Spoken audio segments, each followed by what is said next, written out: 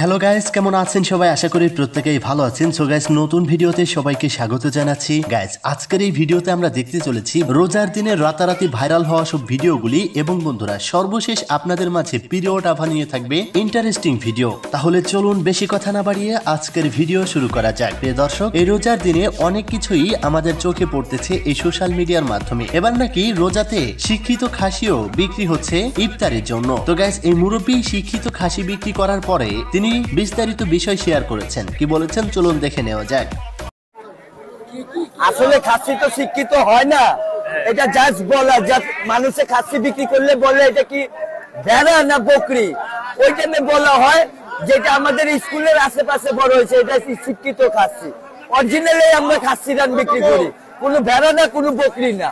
তো যাই হোক প্রিয় দর্শক, এদিকে তামিলনাড়ুর সুপারস্টার থালাপতি বিজয় কিন্তু এবার মুসলিম হয়ে গিয়েছে। গাইস, অনেকেই এমনটা বলছে, কিন্তু আসলে তিনি চেন্নাইয়ের একটি ইফতারিতে অ্যাটেন্ড করেছিলেন এবং সেখানে যেয়ে কিন্তু খুব সুন্দরভাবে ইসলামের পোশাক পরিধান করে এরপরে নামাজও আদায় করেছেন। যে বিষয়টি দেখে আসলেই অনেক ভালো লেগেছে। এখন জানার বিষয় হচ্ছে, আসলেই কি থালাপতি বিজয় এবার মুসলিম হয়ে গেল? এদিকে বর্তমানে ভাইরাল হচ্ছে মসজিদের ভিতরে নামাজে দাঁড়িয়ে পিছন থেকে কিছু যুবক মানুষ এমন ভাবে ব্যবহার করছে, ইসলামকে এই সমাজে ছোট করা হচ্ছে। তো গাইস, এই বিষয়ে আমাদের সাজ্জাদ ভাই একটি ভিডিও বানিয়েছেন, চলুন সেই ভিডিওটি আমরা দেখি। আরে ভাই, কালকে কি হয়েছে জানোস? কালকে তারাবি নামাজ পড়া গেছি না, সামনের কাতারে পোলাপান যে সেজদা দিবার বইছে, ঠ্যাং ধরে টাইনা দরজার বাইরে নিয়ে গেছি। আমি নিজেও নামাজ পড়ি নাই, আর পোলাপান পড়বার দিই নাই। আচ্ছা, তুই যে রামগো সামনে এসে গর্বের সহিত কইতাছস, আচ্ছা তুই কাজটা ঠিক করছস? কিসের জন্য করছস? টিকটকে একটা ভিডিও ভাইরাল করার জন্য? তোর আইডিটা বড় করার লিগে তুই এই কাজটা করছস, কিন্তু তোর এই একটা কাজের জন্য আমাকে পুরা ইসলাম ধর্মটা মানুষের সামনে ছোট হয়ে যাইতেছে। এটা করে হয়তো তুই ক্ষণিকের আনন্দ পাবি, কিন্তু মনে রাখিস সবকিছুরই কিন্তু হিসাব দিতে হবে। হয়তো ৫ ওয়াক্ত নামাজ আমরাও পড়ি না, কিন্তু কারো নামাজও নষ্ট করি না। এসব করা ঠিক না, এগুলা করিস না।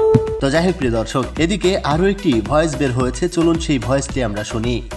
তোমরা যারা টিকটকে ভিডিও বানানোর জন্য তারাবির নামাজে গিয়ে একজন আরেকজনের পায়ে ধরে টানাটানি করে ভিডিও বানাও, তোমাদেরকে একটা সুপরামর্শ দেই, সেটা হচ্ছে তোমরা তোমাদের ডিএনএটা একবার টেস্ট করিয়ে নিও। কেননা কোনো মায়ের বৈধ সন্তান এইভাবে নামাজের মধ্যে গিয়ে দুষ্টামি করতে পারে না।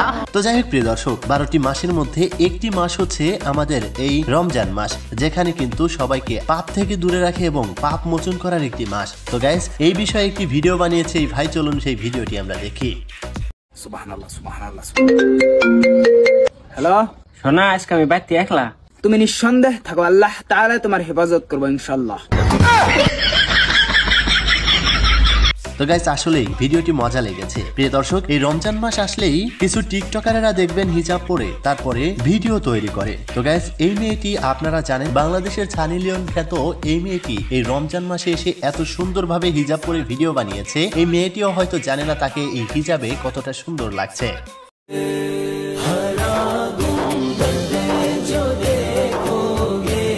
তো যাই হোক প্রিয় দর্শক, এবার আমরা দেখে নিব হচ্ছে আজহার এলটিডির রমজান মাসের রাতারাতি ভাইরাল হওয়া ভিডিও। একটু ঝাল দোকান ভেঙে দে। আরো ঝাল দেবো। একটু সর্ষের তেল ধরে দে, দুটো সব ভেঙে দে, সাথে আর দোকান জিলেবি ভেঙে দে। কারণ একটা লাইন থাকে, ঝালমুড়ি মুড়ি মাখানোর মধ্যে জিলেপি বইন দিয়ে এগুলো কোনোদিন যায়। গাইস, এবার আমরা দেখব আরো একটি নতুন ভিডিও।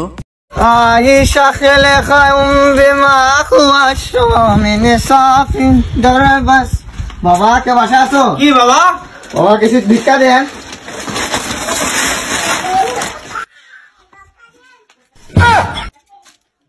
বসেন, যেটা খাইয়ে দিবেন, বসেন।